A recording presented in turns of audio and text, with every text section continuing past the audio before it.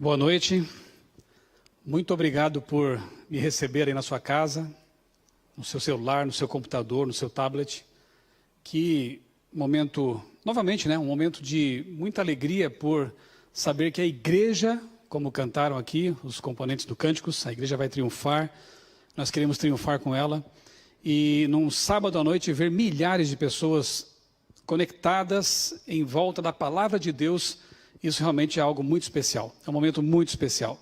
E nós louvamos a Deus por isso. Esperamos que você esteja conosco até a meia-noite.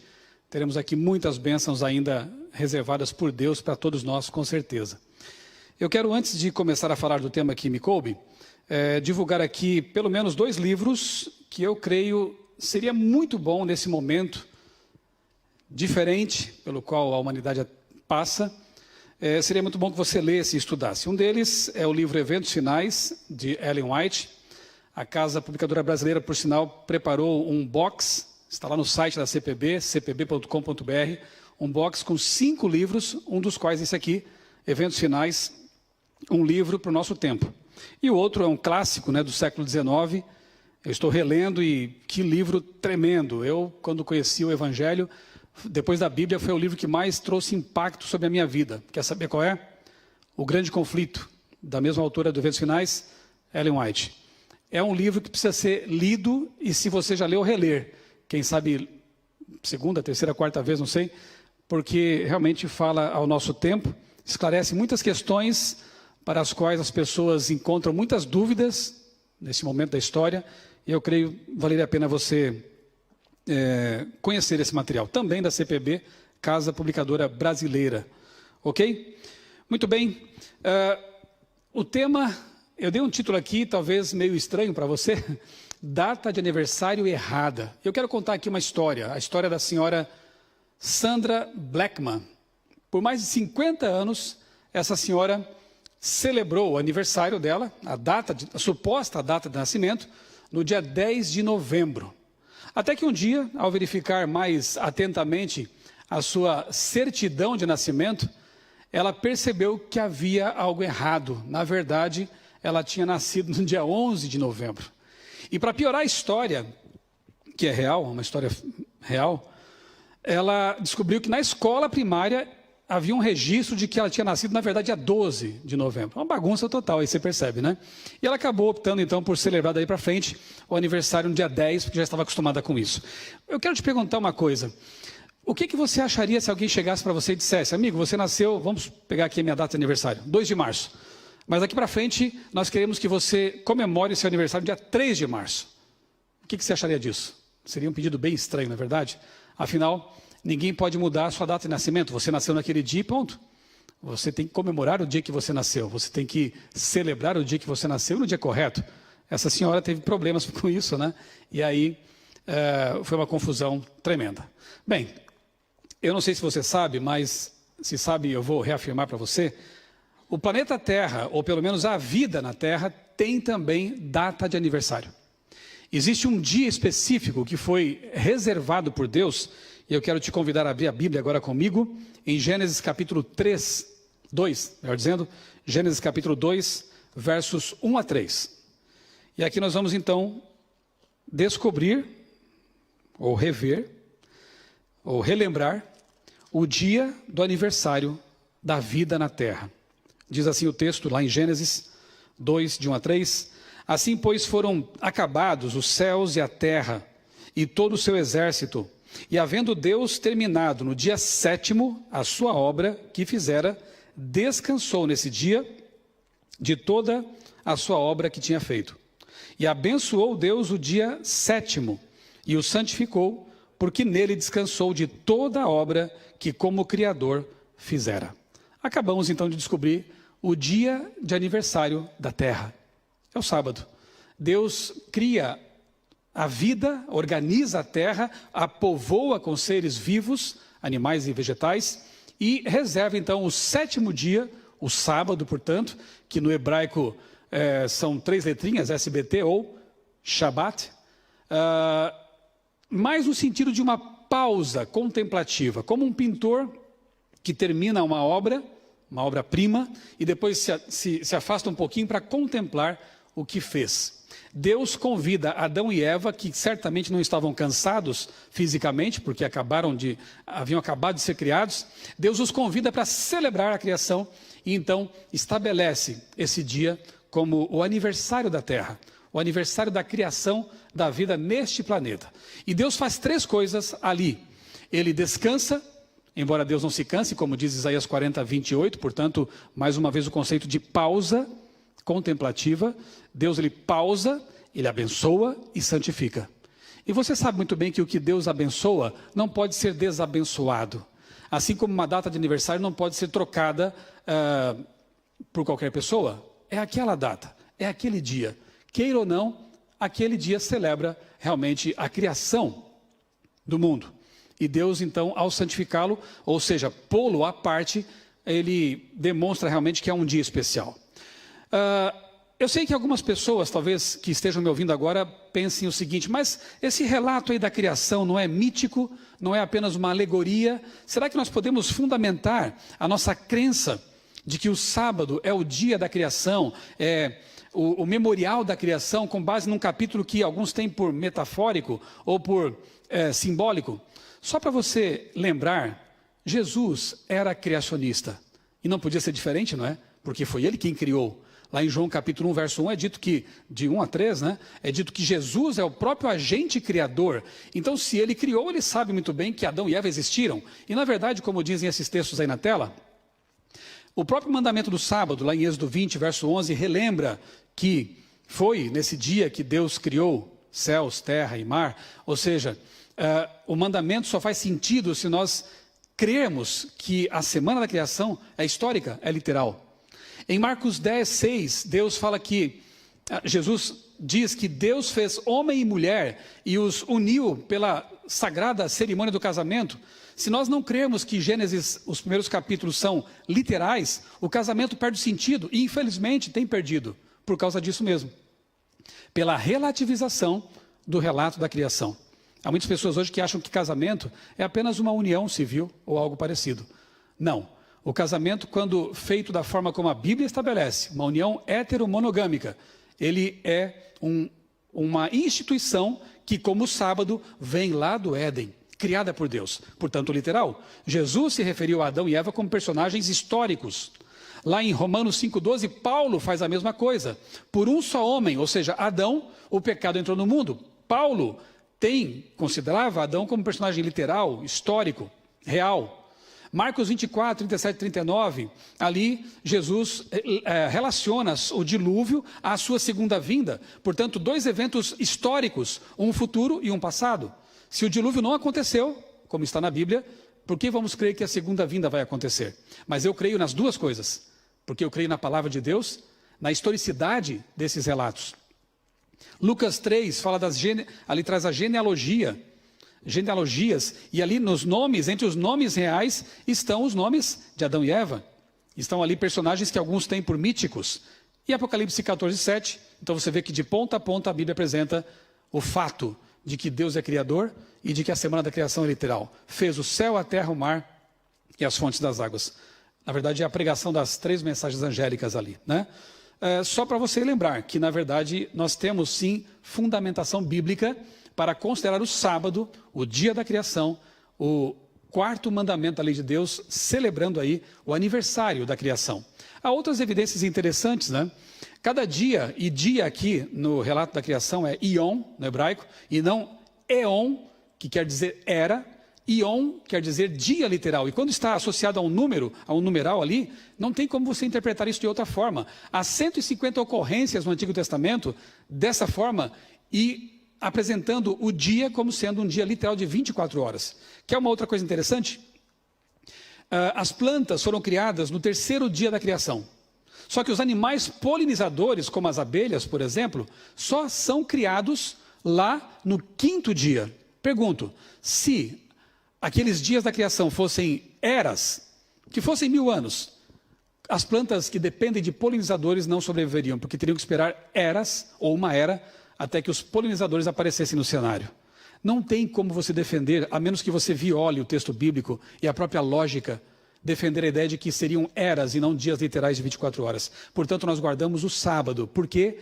Porque ele pertence a uma semana literal, aquela primeira semana maravilhosa em que Deus criou a vida, povoou o planeta Terra com vida, tendo deixado então o sétimo dia como memorial, um templo no tempo.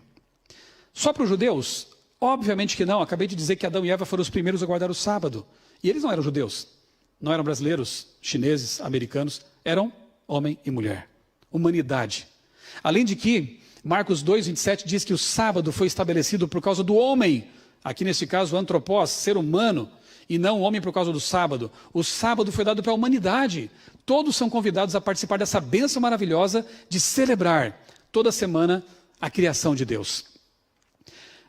Como eu disse, é uma catedral universal no tempo. Os 10 mandamentos, neles está o sábado, o quarto mandamento, uma celebração da criação também. Isaías 56, 2 a 7, Isaías 58, Isaías 66, o tempo não permite que nós leiamos os textos, mas você pode depois voltar a esse vídeo, pode anotar aí, depois conferir. Esses textos apresentam a universalidade do sábado, a abrangência do sábado e a perpetuidade do sábado, porque Isaías 66 afirma que na nova terra, veja só, após a volta de Cristo, os salvos continuarão se reunindo aos sábados para celebrar o nosso Deus Criador. Muito bem, Lucas 4,16 afirma que Jesus, como era seu costume, guardava o sábado. Obviamente, ele não podia fazer diferente disso. Lucas 23 afirma que mesmo após a morte de Cristo, as mulheres e os seus servos fiéis, os discípulos, continuaram guardando o sábado. Não houve alteração nenhuma, e seria muito estranho Deus mudar o dia de aniversário da terra, não é verdade? O dia permanece. O Evangelho de Lucas foi escrito 30 anos após a morte de Cristo. O Evangelho de João foi escrito lá pelo ano 90 depois de Cristo, e não há qualquer indício nesses evangelhos que são póstumos, digamos assim, né, à morte de Cristo, de alteração na data, da mudança do aniversário. Jamais. Nenhum deles menciona qualquer mudança. Então, quando que essa história, essa mudança para o domingo acontece? Voltando no tempo, a gente vê o seguinte: soldados romanos trouxeram da Pérsia o culto ao sol. Aureliano estabeleceu em 270 depois de Cristo o culto ao Sol Invictus. Em 321, é só você pegar qualquer enciclopédia, você vai conferir isso. Constantino promulgou a primeira, digamos assim, lei dominical. E ele então estabelece o domingo, né, como um dia de repouso para todas as pessoas. Claro que isso não contou com a aprovação de Deus de forma alguma, não é verdade? Infelizmente, isso passou para a humanidade. E eu quero mostrar para você aqui, trazer uma informação para você, e ao fazer isso eu quero fazer com todo respeito, com toda a consideração para com os nossos irmãos católicos, evangélicos, quaisquer pessoas que estejam nos assistindo nesse momento. Mas uma coisa é certa, a gente fala a verdade por amor. Há muitas pessoas que mascaram a verdade e com isso demonstram desrespeito e falta de amor. Se eu visse alguém num barco que está arrumando para uma cachoeira, para um precipício, eu faria de tudo para acordar aquela pessoa, jogaria pedra no barco, enfim, para que ela pudesse ter a chance que eu tive no passado de ter meus olhos abertos para certas realidades. Eu quero ler para você aqui, neste catecismo aqui de 1566, uma obra bastante importante, foi republicada em 1951, Frei Leopoldo Pires Martins. Na página 440, tem uma informação aqui bastante interessante, e eu quero ler então para você isso aqui.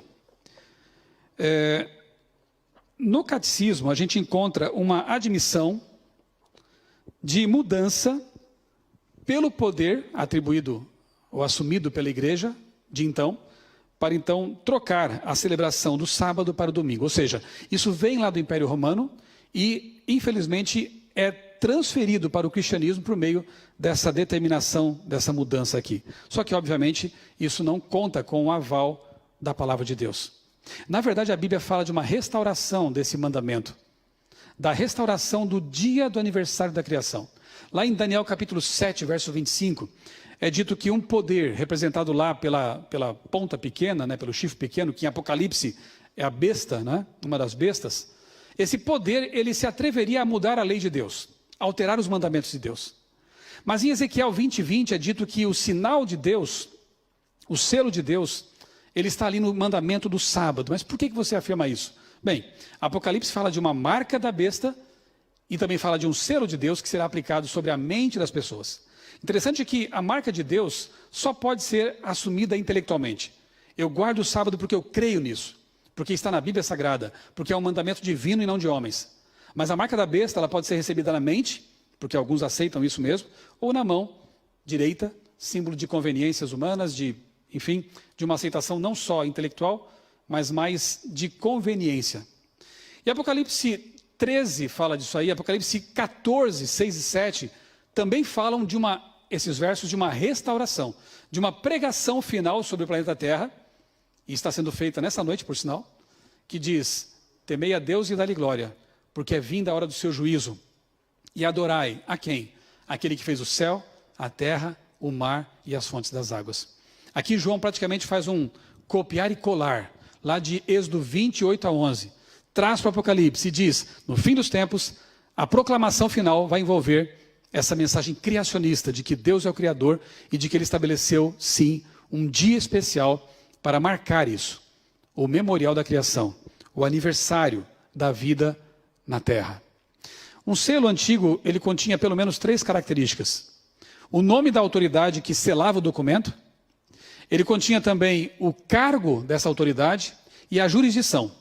Para encurtar nosso tempo, que é curto mesmo, eu já vou adiantando que se você ler os 10 mandamentos, e Isaías 8,16 diz que a lei seria selada no coração dos servos de Deus, portanto o selo está ali, nos 10 mandamentos, você encontra no 4º mandamento essas 3 características. O Senhor, Deus Criador, o cargo Criador e a jurisdição, todo o universo.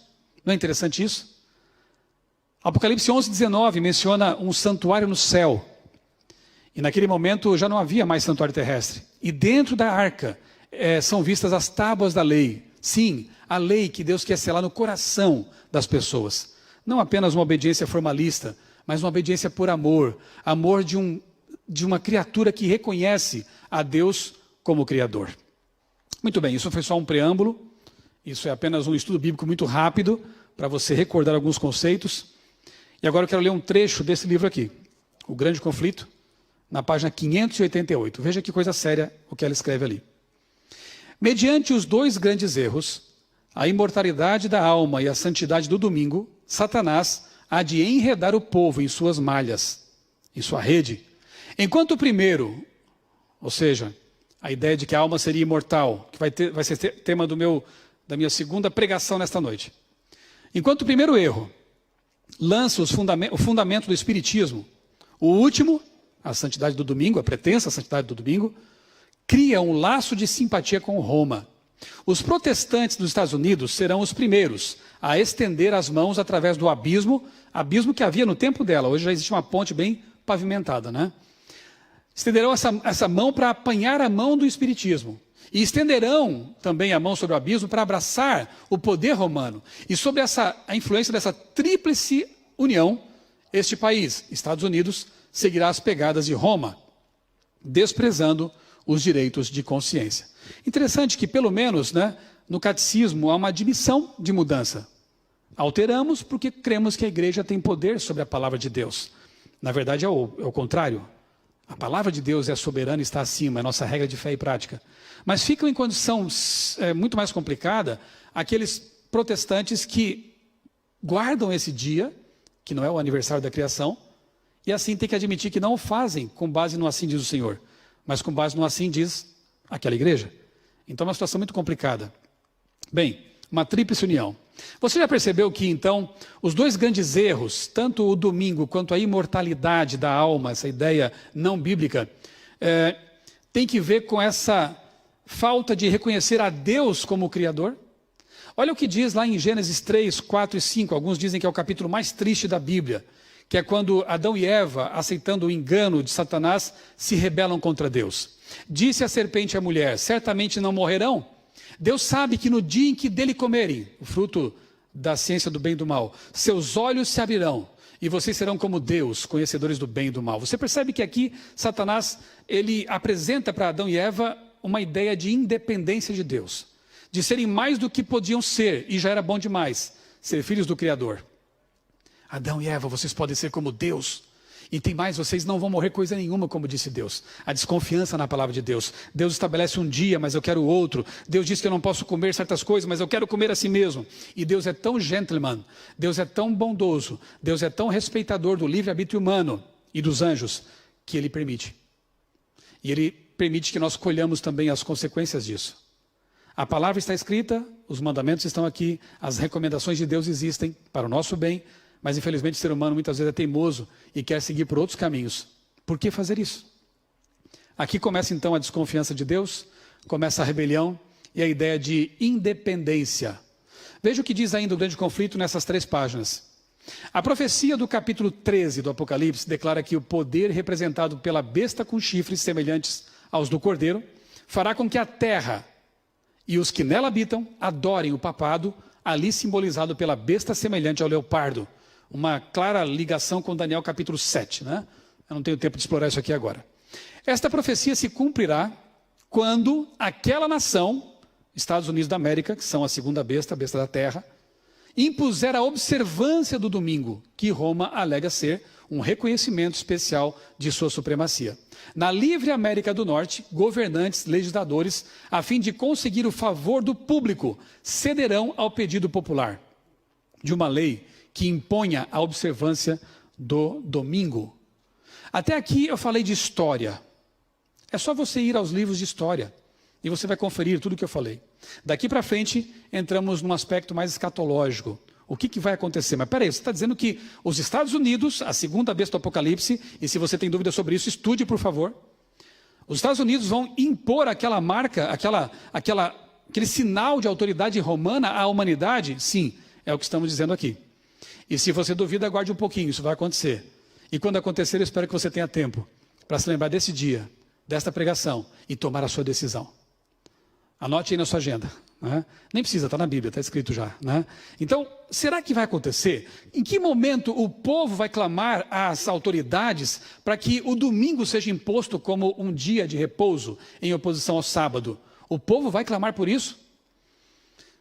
Olha, esse tempo de epidemia, de pandemia, tem mostrado que muitas coisas que pareciam impossíveis se tornam possíveis quando o medo é alimentado e quando as autoridades se sentem livres para impor leis que antes pareciam impensáveis.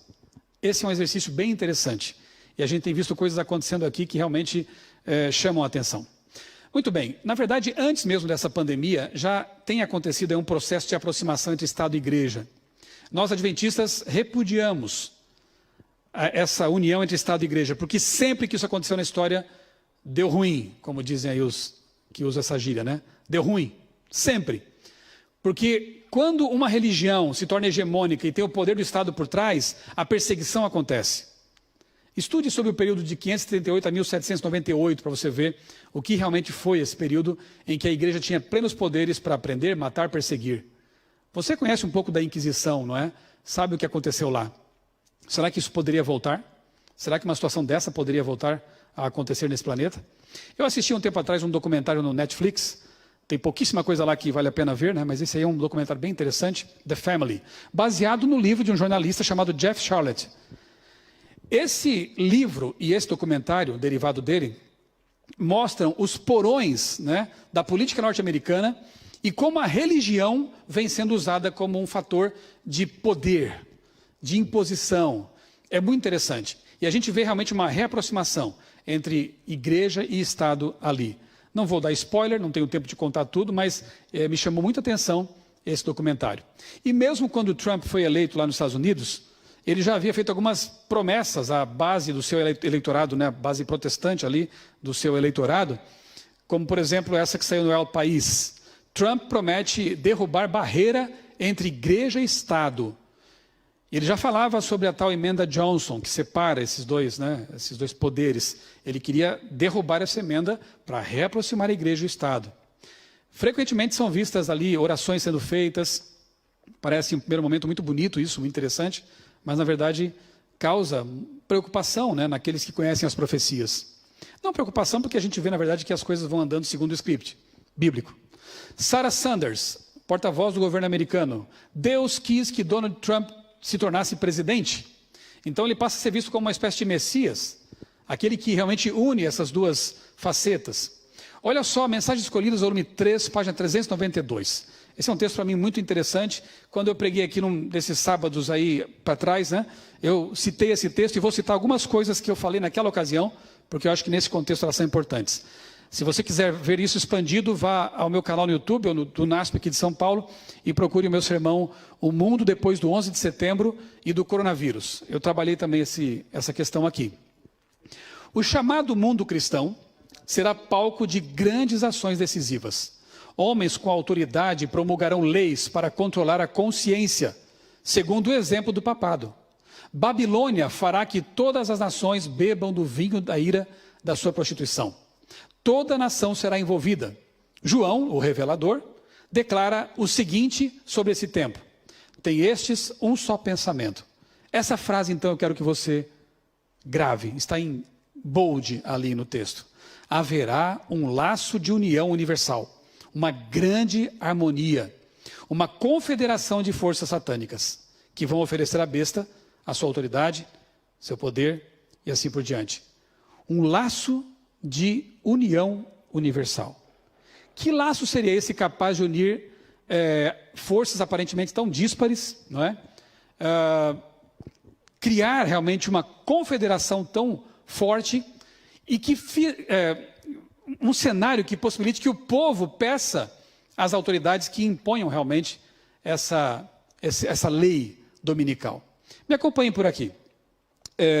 Naquela ocasião eu citei esse livro, e volto a citá-lo, de um grande pensador francês chamado Pascal Bernardin, O Império Ecológico, uma obra reveladora. E o que me chama a atenção, e eu repito aqui, né? Autores não cristãos percebendo coisas que os cristãos deveriam estar, para as quais deveriam estar muito atentos, né? Como, por exemplo, aqui nesse livro, Bernardin diz o seguinte: um discurso onipresente monopoliza as mídias. Nesse momento é a pandemia, mas antes e depois disso, você vai entender que discurso é esse.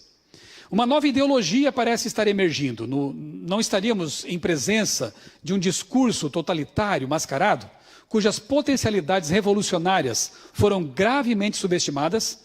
Não estaríamos testemunhando a subversão da verdadeira ecologia? E ele expressa aqui uma coisa que nós pensamos, né? Mordomia com respeito à ecologia. Olha só, aquela que é respeito pela obra do Criador. Olha que interessante. Não parece um cristão bíblico falando aqui? A nova ideologia deverá fornecer um princípio central e unificador. Lembra o que Ellen White escreveu? Haverá um laço de união universal. Ele chama de princípio central unificador, em torno do qual a sociedade mundial poderá se construir e se definir. Esse princípio deverá formá-la por inteiro, permiti-la definir tanto os objetivos sociais quanto as normas de comportamento individual. Será aceito pelos povos do Ocidente e do Oriente, do Norte e do Sul. Ele deverá evitar confrontar qualquer sensibilidade religiosa ou filosófica, mas, ao contrário, fazer avançar a causa sincretista e a aparição de uma nova religião mundial. Esse princípio deverá também permitir ao poder mundial intervir, diretamente ou não, em todos os setores da sociedade. Ele deverá permitir a instauração de um governo mundial. Uma religião mundial e um governo mundial. Olha que interessante. E já tem vozes neste momento de pandemia clamando, sim, por um governo mundial, para que alguma coisa possa ser feita em âmbito planetário, não é? Vozes estão clamando. Em 2009, eu publiquei um pequeno texto na revista Adventista. Eu era editor do Espaço Jovem naquela época dessa revista. E o título que eu dei foi: Aquecimento Global é a Nova Religião. Alguns acharam até meio engraçado isso na época. Acharam que talvez fosse um pouco extremista um título desse. Mas olha só, anos depois, recentemente, num podcast de política, o editor deu esse título para o assunto: Ambientalismo é a Nova Religião. Pedras clamando. O ambientalismo é a nova religião. Eu já tratei desse assunto aqui em outros momentos, não vou então me deter muito mais sobre isso. Basta dizer o seguinte, olha, Sino da Amazônia consolida Papa Francisco como líder na defesa do ambiente. Além de Greta Thunberg, agora o Papa também é tido como um campeão nessa causa. E ele tem falado em vários momentos durante a pandemia sobre o novo mundo, sobre uma nova economia, sobre um novo agir em relação com a ecologia, o meio ambiente. Olha aí, site do Vaticano, né, de notícias do Vaticano. Lá, a comunhão com a Mãe Terra ressuscitará depois da pandemia. Sabe o que eu percebo nesse sínodo? Percebi no documento, o Instrumento Laboris, né, o documento que eles estudaram durante o sínodo, uma linguagem panteísta, uma linguagem pagã, assim como é o domingo. Porque o dia do sol não celebra a criação de Deus. E aqui nós vemos também, novamente, a ideia da Mãe Terra sendo trazida à tona, uma ideia pagã, uma ideia que não tem nada a ver com o conceito bíblico de mordomia. Nós preservamos a terra porque Deus nos deu essa incumbência como mordomos dela, não porque a encaramos como um organismo vivo ou como uma deusa Gaia ou coisa que o valha, né? Mas aqui está uma linguagem de paganismo de novo. Uma ideia que vai pegando, né, naturalmente pelo mundo. Veja, eu mostrei para vocês aquela ocasião aqui no sábado, e aqui está de novo, um jornal lá do Canadá. O domingo, de novo, pode ser um dia de descanso. E um prefeito lá, Ken Guthrie, da cidade de Guelph, no Canadá também, postou o seguinte no Twitter, apenas colocando isso para consideração. Depois que chutarmos o Covid-19, sugiro que tudo seja fechado no domingo novamente, para que possamos apreciar o que realmente significa a importância de fazer uma pausa em nossas vidas ocupadas. Eu acho que nosso corpo e mente e alma nos agradeceriam. Lembra que eu li no livro Grande Conflito que o povo ia pedir isso, partiria do povo, e que daí a autoridade da segunda besta iria impor isso, essa marca de autoridade humana da primeira besta? Pois é, parece que esse tipo de coisa já começa a acontecer. As pessoas perceberam que realmente o ser humano pausando, deixando de consumir, de transitar, houve um impacto positivo na natureza. Por outro lado, teremos que trabalhar bastante para nos recuperar da crise financeira. Então, já que não podemos ficar em quarentena por tanto tempo, quem sabe um dia apenas para que a terra, a Mãe Terra, possa descansar. E nós também, e as famílias também. São propostas que estão surgindo por aí. De forma que quase não será preciso impor nada. Será um clamor popular. Testemunho Celeste, volume 2. O movimento dominical está agora preparando o caminho, na sombra. Seus dirigentes ocultam seu legítimo intento. E muitos dos que a ele aderem ignoram para onde os leva a corrente. Tem muita gente boa, sincera, honesta nesses movimentos, mas mal sabem para onde leva essa corrente, né? Os intuitos professados são de índole branda e aparência cristã, mas sua fala há de revelar o espírito do dragão. Logo mais, o pastor Vinícius vai falar sobre um decreto que vai ser adicional ao dominical, um decreto de morte. Então, como diz Ellen White aqui, as pessoas ignoram para onde as coisas estão caminhando. O perigo, né, que nos ameaça, que ronda aí o mundo. Outro autor que viu coisas que alguns cristãos não estão vendo. Faleceu este ano, recentemente. Uma perda tremenda. Um grande filósofo, Roger Scruton.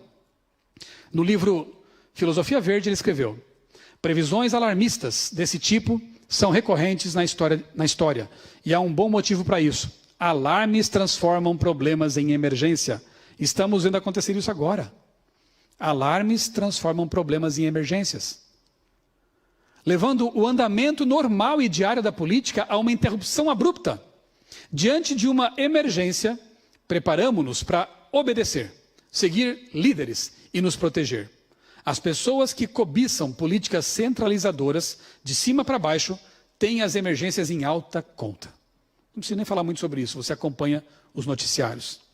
Nós vimos no carro conversando sobre isso, né, pastor Vinícius? Em poucos dias, todo mundo foi obrigado a usar máscaras. Em poucos dias, o comércio teve que fechar. A mídia conseguiu alcançar as pessoas rapidamente com essas determinações, né, dos governantes. As coisas hoje em dia são muito rápidas, muito fáceis.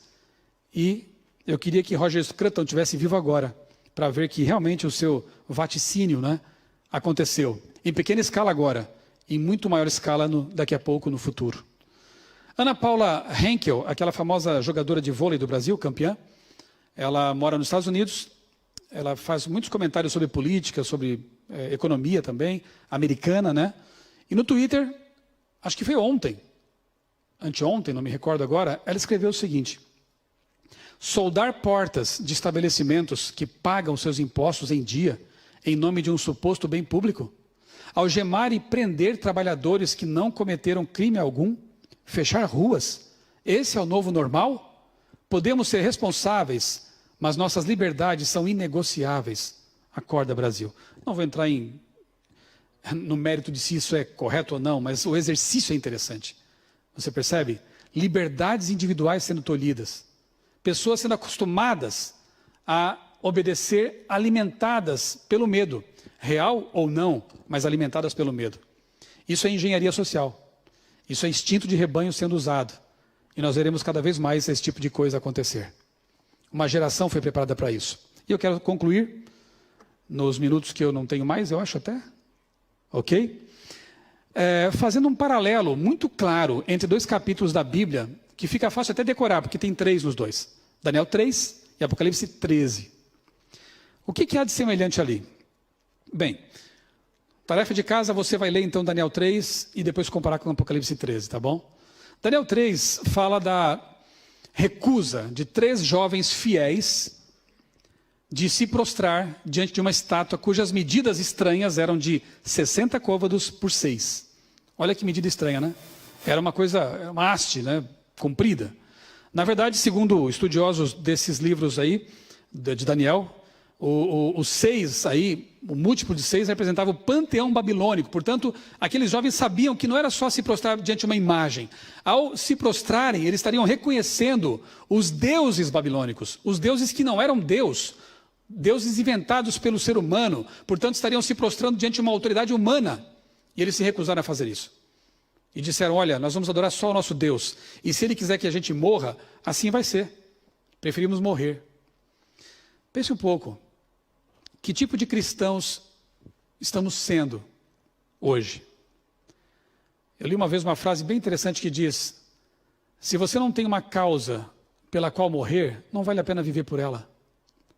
Se você fosse colocado contra a parede para negar Deus em troca da sua vida, o que você faria? Se você não daria a sua vida por Deus e pela verdade, será que hoje vale a pena viver por ela? Será que o nosso cristianismo hoje é real? Ou é apenas um simulacro de cristianismo? É algo para se pensar, né? Lá naquela planície de Dura, infelizmente, estava lá o rei de Jerusalém. Ele se prostrou. Estavam ali outros judeus, eles se prostraram. Trazendo para hoje, estavam lá outros cristãos. Talvez pastores, padres, líderes, se prostraram. Mas 3 jovens disseram não para essa idolatria. Ficaram em pé. E por causa disso, sem saber se iriam ser livrados, foram lançados na fornalha superaquecida. Graças a Deus, eles foram livrados da morte. Outros cristãos não são, Deus é soberano. Alguns foram comidos por leões nas arenas. Outros foram mortos pela Santa Inquisição. Hoje alguns perdem emprego. Hoje alguns são perseguidos, criticados, humilhados, incompreendidos. Deus é soberano. Ele sabe se eu vou viver até a volta de Jesus ou não. Isso não me importa. O que me importa é estar nas mãos dele e servi-lo fielmente. Lá em Apocalipse 13, nós vemos praticamente uma reedição de Daniel 3. Agora aparece um número enigmático, 666. Olha a ponte. De novo, um número que representa um poder humano que usurpou, tentou pelo menos, usurpar a autoridade divina. Um poder humano que teve a arrogância blasfema de tirar o dia do aniversário da criação e colocar num outro dia que não tem nada a ver com isso. Um dia comum de trabalho. Ele então muda os tempos e a lei, blasfema contra Deus. Ele tenta usurpar até o ministério intercessório de Cristo, Tamide, do santuário celestial, colocando em lugar de Cristo seres humanos pretensamente perdoadores de pecados. Esse poder vai um dia exigir que você se prostre diante dele. Esse poder um dia vai exigir que você receba a marca de sua autoridade. Se a marca de Deus é um dia sagrado que celebra a criação, a marca da besta não tem nada a ver com o chip, com o código de barras, essas coisas que são apenas cortina de fumaça. A marca da besta é um dia que se opõe ao dia de Deus. Ela parece, mas não é. É como o anticristo, quer ser Cristo, mas nega Cristo. A marca da besta quer ser, mas não é. É o domingo. E muita gente não sabe disso. E por isso temos que falar, porque a gente ama as pessoas e quer que elas acordem para a realidade. Cuidado com certos vídeos sensacionalistas por aí, irmãos. Cuidado com informações sensacionalistas que apenas desviam o foco da realidade. Satanás não é tolo. Não iria colocar num simples chip de computador, um chip, biochip, não é? Algo que tem que ver com adoração consciente.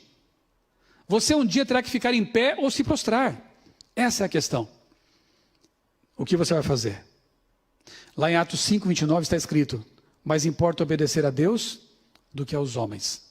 Eu decidi, para mim, que eu vou obedecer ao meu Deus até o fim. Custe-me o que custar. E eu quero te convidar também a ser fiel. Vale a pena servir ao Senhor. Vale a pena ser um servo de Deus, como aqueles 3 jovens hebreus. Fique em pé diante da perseguição, porque, como diz Daniel capítulo 12, naquele tempo se levantará Miguel, o príncipe do seu povo. Ou seja, Jesus Cristo vai nos guardar. Jesus Cristo vai nos levantar do pó da terra se nós morrermos. Jesus Cristo, nosso Deus, Ele vai nos guardar e nos proteger. Creia nele. A verdade é que o grande spoiler do Apocalipse é o seguinte, e eu posso dizer porque está escrito: no fim, o Cordeiro derrota o dragão. E eu quero estar do lado vencedor, do lado vitorioso. Espero que você também queira, que você faça planos de ser fiel a Deus e não só fique nos planos, mas também decida a ser fiel, inteiramente fiel ao nosso Deus. Amém.